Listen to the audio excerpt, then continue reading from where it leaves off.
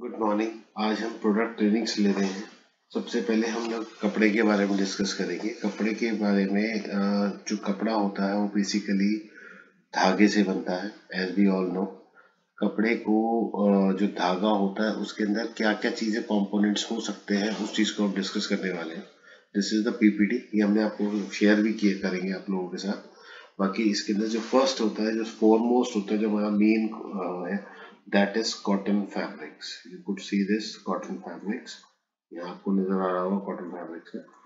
इसके अंदर थोड़ी सी नॉलेज मैं आपको दे देता हूँ। ये नेचुरल फाइबर है, एग्रीकल्चरल प्रोडक्ट है और कल्टीवेशन होती है हमारे यहाँ पे। स्किन फ्रेंडली है, इंडिया में बहुत ज़्यादा अवेलेबल है। इंडिया की कॉटन इजिप्शियन कॉटन और पाकिस्तानी कॉटन के बाद थर्ड बेस्ट है। ये डिफाइन हम करते हैं क्वालिटी के हिसाब से। तो मतलब कितना बड़ा फाइबर है, इसमें जो रेशा होता है वो कितना बड़ा है और कितनी चमक है, उस क्राइटेरिया के हिसाब से Egyptian is the best, then it's come the Pakistan, and there comes the India, right. अब इसके अंदर जो 60s ये काउंट्स होते हैं, what is the English counts. Counts को इंग्लिश काउंट्स भी कहते हैं। उसमें फर्क क्या, वो डिफरेंस क्या होता है, वो क्या चीज होती है, वो मैं थोड़ी देर में एक्सप्लेन करने वाला हूँ। तो ये प्रीमियम फ्रेश ग्रेड होता है, ठीक है। इसके अंदर यहाँ लिखा है count is, English count is kilometres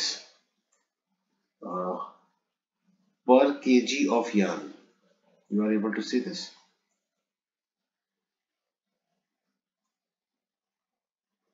right? तो किलोमीटर्स पर KG of yarn, that means कि जितना धागा, 1 किलो धागा कितने किलोमीटर में चलेगा, ठीक है, उससे डिफाइन होगा English count. English count is equal to count, right. तो इसका मतलब जितना धागा पतला होगा वो उतना ज्यादा लंबा डिस्टेंस तक जाएगा, जितना धागा मोटा होगा वो उतने कम डिस्टेंस में खत्म हो जाएगा। तो ये रिवर्स होता है, मतलब 60s का जो धागा होगा वो 100 से मोटा होगा, राइट। अगर 40 का धागा होगा तो वो 60 से मोटा होगा। इट्स एडवर्स, मतलब इनवर्स होता है। मतलब अगर 2 का धागा मोटा तो उससे ज्यादा, मतलब 5 का धागा उससे पतला, 10 का धागा उससे पतला, 15 का धागा उससे पतला, 14 का धागा, मतलब 15 का, 20 का धागा उससे पतला। सो फिर उसके बाद 24, फिर 30, फिर 40, ऐसे ही धागे होते हैं। जितना धागा पतला होगा वो उतना ज्यादा लंबा किलोमीटर तक जाएगा, तो इस वजह से इसको रखा जाता है। Second is modal, viscose, rayon. ये जितने भी हैं ये सारे सेलुलोज फाइबर है। सेलुलोज मतलब प्लांट की छाल से बनाते हैं।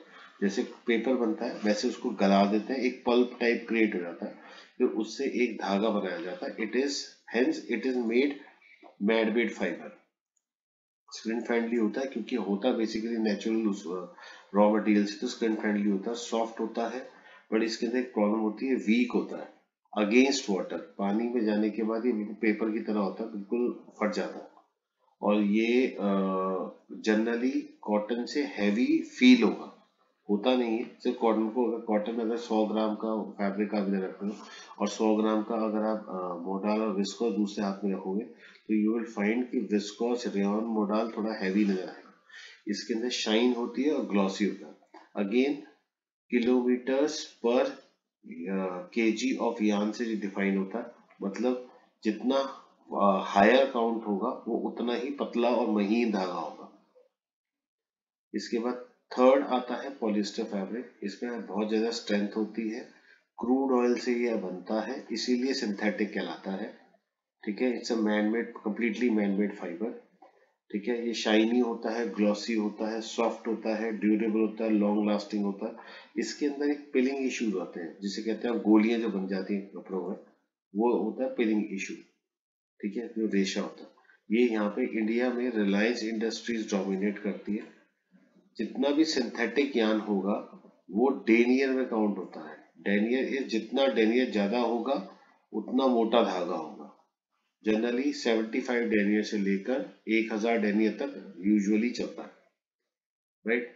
इसके बाद फिर ना अब एक कॉटन पॉलिएस्टर का एक ब्लेंडिंग करी जाने लग गई, जिससे उसके अंदर कॉटन की फील आ गई, कॉटन के प्रॉपर्टीज भी आ गई और पॉलिएस्टर की प्रॉपर्टीज भी आ गई। ये हाईली ड्यूरेबल होता है, रिंकल फ्री होता है, इसी वजह से ऑफिस वेयर और स्कूल्स के लिए सबसे बेस्ट होता है ये।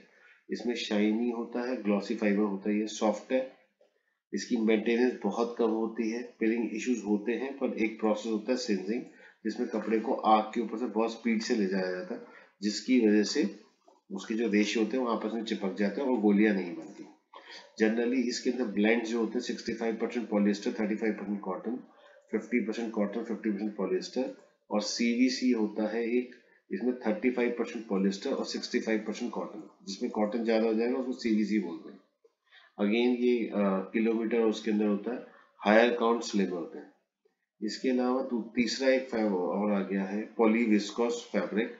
इसके अंदर पॉलिएस्टर और विस्कोस की ब्लेंडिंग होती है, कॉटन जैसा ही होता है, और जनरली इसके अंदर ब्लेंड चलते हैं 65-35 और 80-20 ज्यादा चलता है। इसके अंदर ट्रोवीन, मैटी, गेबडीन्स वगैरह इसे चलते हैं। इस तरीके के डिजाइन भी इसी के अंदर बनते हैं। नायलॉन फैब्रिक एक फाइबर है जो काफी डिमांड में आया है। ये भी सिंथेटिक है, क्रूड ऑयल से डिफाइन होता है, पॉलिएस्टर से ज्यादा स्ट्रेंथ होती है इसकी, शाइनी भी होता है और थोड़ा डल भी होता है, दोनों आते हैं, सॉफ्ट होता है, ड्यूरेबल होता है, बहुत ज्यादा लॉन्ग लास्टिंग होता है। ये पॉलिएस्टर से ऑलमोस्ट डबल होता है, इसलिए कॉस्टली देन पॉलिएस्टर, और इसकी हाई टेंसाइलिटी की वजह से ही जाना जाता है। अगेन ये डेनियर से यूज होगा, सिंथेटिक यान है तो डेनियर से ही जाएगा। अब इसके बाद फिर एक नया कॉम्पोजिशन आया, नायलॉन 6X।